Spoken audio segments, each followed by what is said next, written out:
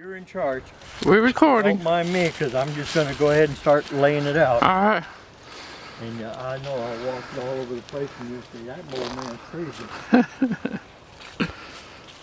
But it takes a bit to get set up, but it's worth it. So this will be for the 10 through 40.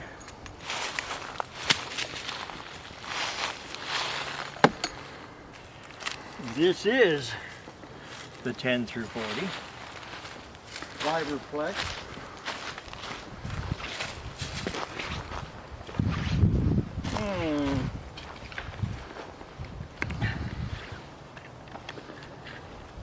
So what I'm doing is just getting it laid out.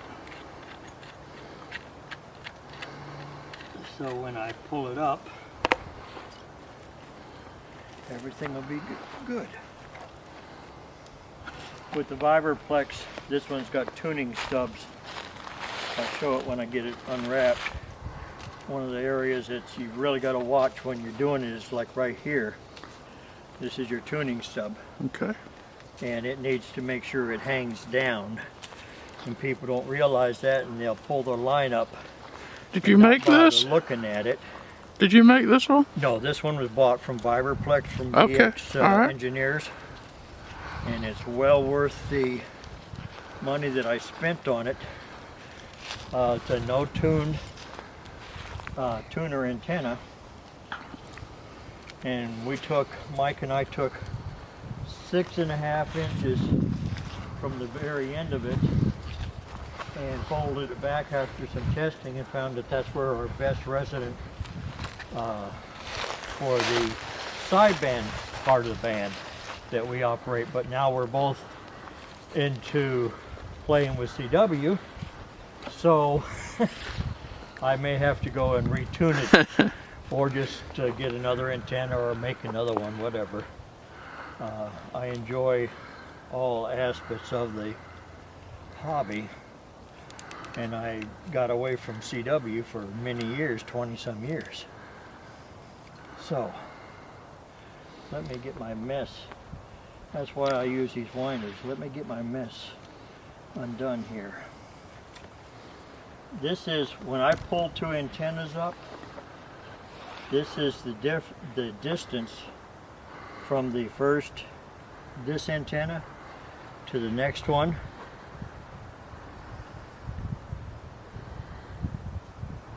So there we go. So the second antenna will be here, about 8 to 10 feet down below. Once we get our pull line, and I know it sounds stupid, I leave that there so I know where everything is. When I come back to pull, I can find it. Okay.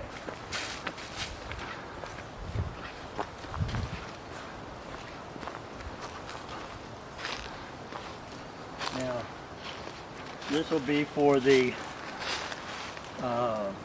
box. What is the box? The transformer box. Okay. So what I'll do, this is the 17-meter dipole that we built. Very simple. Very simple. One end's going to go down here. The other end's going to go get connected to that and tied off and drug up, and we'll be at whatever height I can get up there. It's a beautiful place, it's quiet. And the first time Mike and I were here, we ran 43 contacts or something like that, sitting up by the visitor center.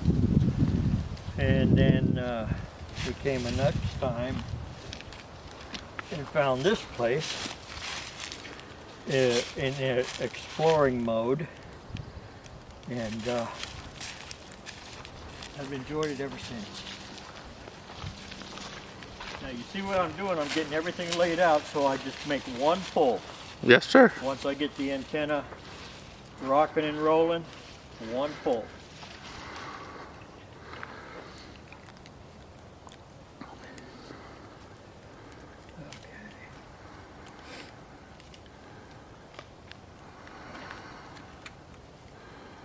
Yeah, remember I was talking about that length of feed line? Okay. This way will hang down about 8 to 10 feet below the other one. Not that it's going to affect it, because we're not using a transformer, a switch box, and putting things in line and flipping a switch. No, we're going to disconnect the antenna and connect the right antenna. So now put coax to this, and then we'll get the fishing line up.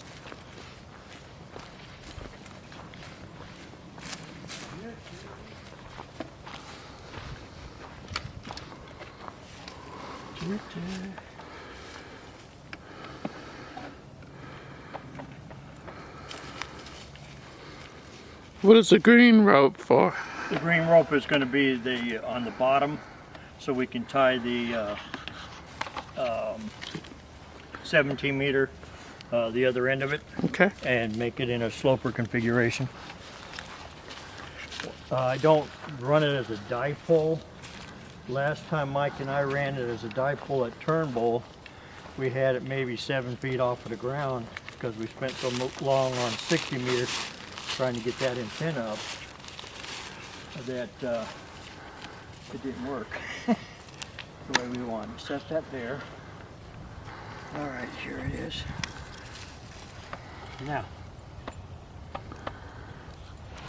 so the 17 meter coax is hooked up, the 10 through 40 coax is hooked up.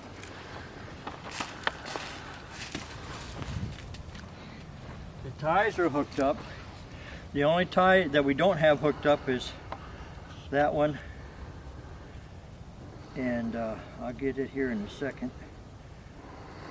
And then we'll go fishing. You like that, huh? You know, I almost got rid of this antenna after Mike and I bought it, and we tested it, and I tried to go out by myself. Okay. And I was trying to use an arbor, a pop bottle, a wrench, anything to get it up in the air. And I wasn't very successful. So on the way back home, I got on the phone and called Mike and says, "You want to buy it?" He says, "At a reduced price." I said, "Sold." And that's all I said to him. And the more I thought about it, I said, "You ain't going to give up that easy." So I literally, at that point, I got a fishing pole and said, "We got to beat this. We got to beat this." Now, I don't know if you've seen everything I've done. Not everything. This is the tie line. Once we get it up in the air, that we're going to secure it. So now let's go fishing. Okay. So tell us about the fishing rod. Is there any significance to the fishing rod? It's cheap. Okay. It works. And it's very simple. You put on 25-pound tests. You don't put 8-pound tests, because the first time you throw it, you're going to throw your sinker and everything all across your neighbor's yard or wherever. Put 25-pound tests. Remember, if you're going up 60 feet, you need to have 60 feet yet coming back. So don't put up a 75-foot run and think you got enough, because you're going to be reaching for your fishing pole. That's very simple. Buy extra weights, you're going to lose them. They're going to wrap around when you're pulling your line.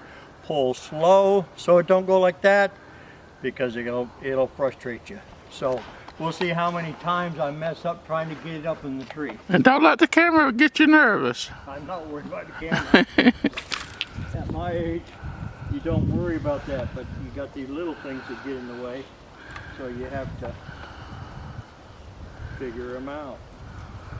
And as you see, I have an issue already, which is normal. You're going to have them.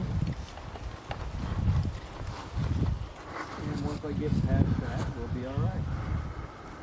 Let's see if we can do this up.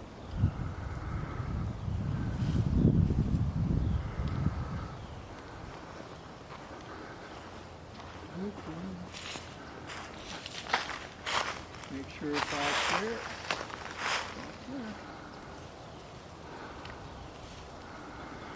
You out of the way?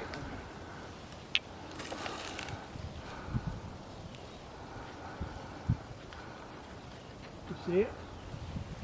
Yes.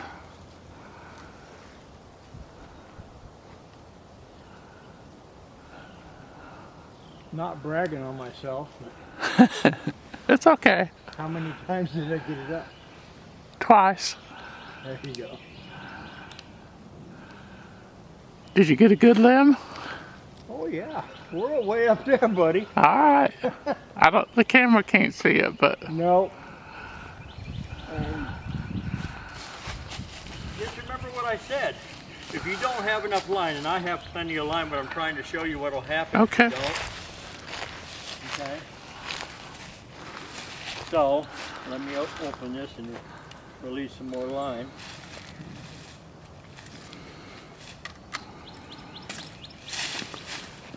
Don't trip. Okay. Here we go.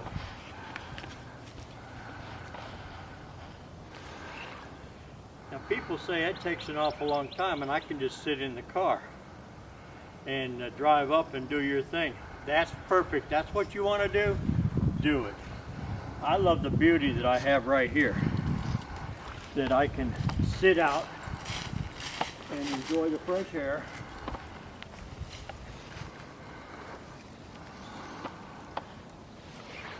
Now when you're doing this, don't do it fast, do it slow. Because you get up there to the top and it gets wrapped up around a branch or something, it could be a problem for you.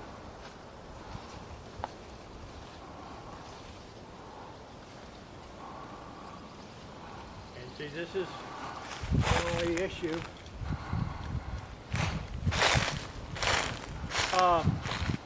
The paracord is heavy on it, so let me loosen some.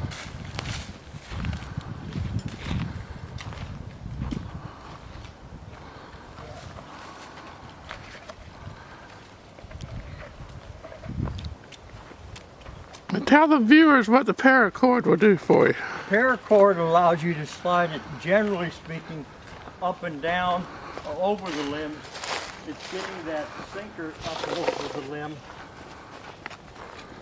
and it's the tensile strength is 550. And if you look, we are in business, folks. Look what I see. Very good. I see that. We have arrived. Now that's a brand new spool of paracord. I will cut another 100 feet or so back into it, and I'll put it on a winder, and I'll put the big roll away, because what's going to happen is that cardboard's going to get eat up. Now here's the fun part. You've seen me right here. We've got one antenna at 17 meters, and right here is the 10 through 40. Now I'm pulling this end, but that 17 is going to go up with, okay? Remember, don't lose these. They're not expensive, but I use it for markers.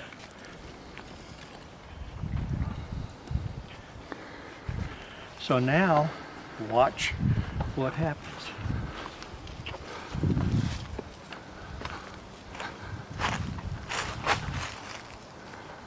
Magic. Now you're only going to see one end going up. We got to do the other ends. And I don't know if he's able to video. This is where the winders are. This is a brand new roll, so it's a little difficult.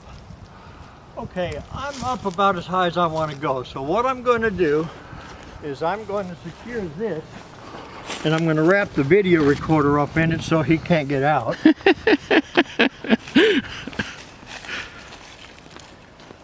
It's okay to have fun. Yes, sir.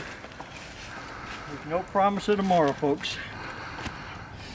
Now, you see where we're at up here.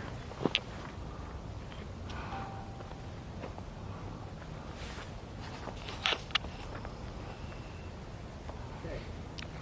This is the 17 meter. Okay. 17 meters. Huh? I was just repeating for the Okay. camera. Yeah, this is the 17 meter. And The problem I'm going to have It's to a do... dipole, homemade dipole. Homemade dipole. The problem I have to do now is going to let it back down because I didn't separate it. You see where the coax is? Unless I can physically separate it here. Can I help you? I don't know if it's...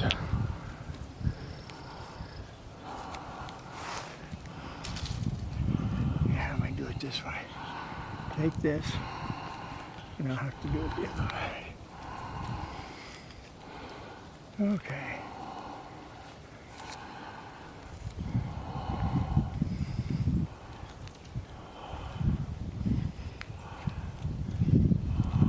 So that the coax is hanging appropriately. Now, if you can hand me the green right here. Keep pulling, keep pulling, keep pulling, keep pulling. I got it.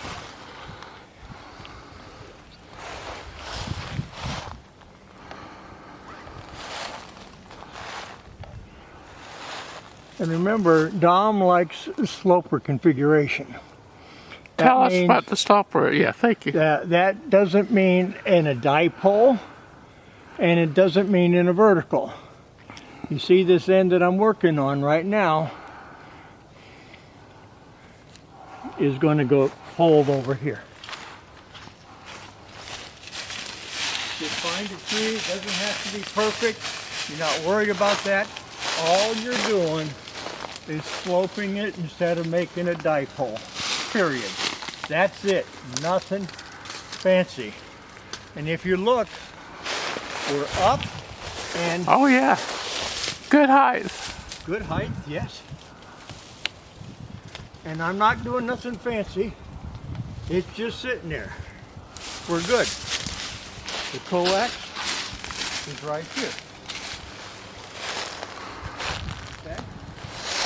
The coax to the radio is ready to rock and roll. Now for me, if I had kids around and I put tape on it, stuff like that. The other end of the box, here we go.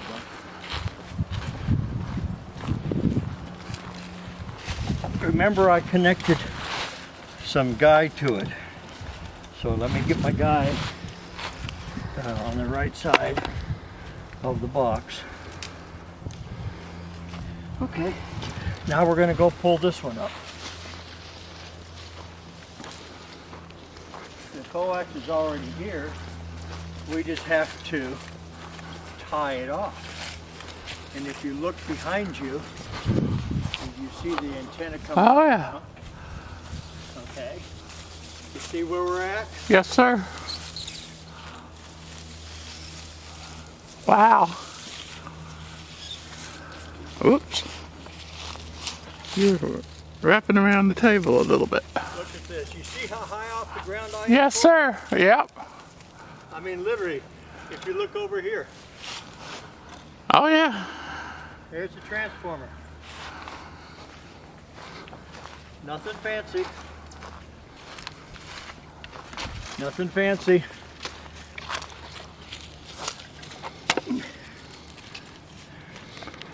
Nothing fancy.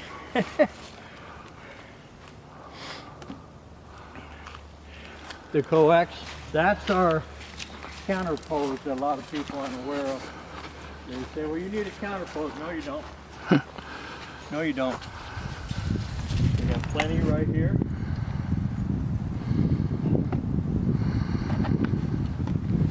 I'm trying to move things away so it doesn't look so tacky. Let me make a part 3 video. Huh? I'm gonna cut it off right